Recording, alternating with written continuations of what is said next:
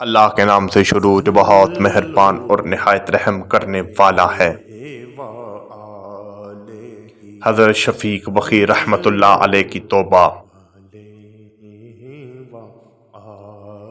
علی بن محمد بن بخی رحمۃ اللہ علیہ کہتے ہیں، میرے دادا کے پاس 300 گاؤں تھے، لیکن جب ان کا انتقال ہوا تو کفن دینے کے لیے کفن کا کپڑا تک موجود نہ تھا۔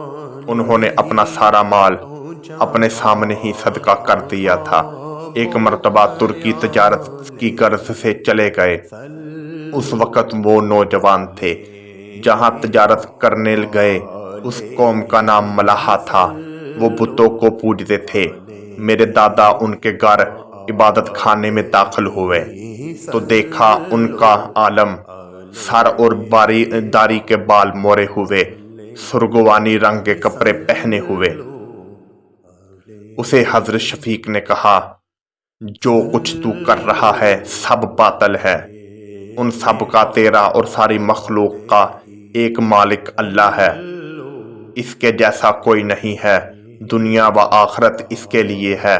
وہ ہر چیز پر قادر ہے اور ہر مخلوق کو رزق عطا کرتا ہے۔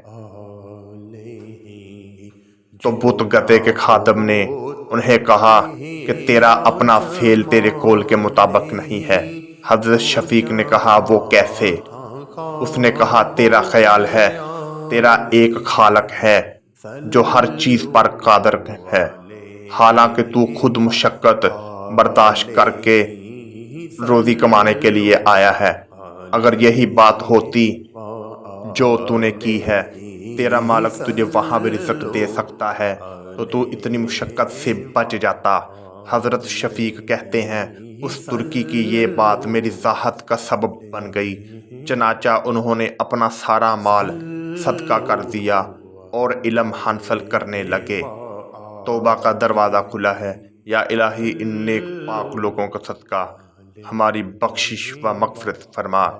آمین ثم آمین۔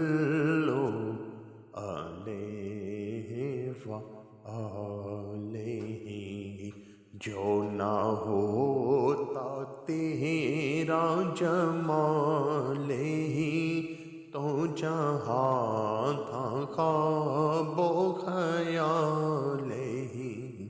صلو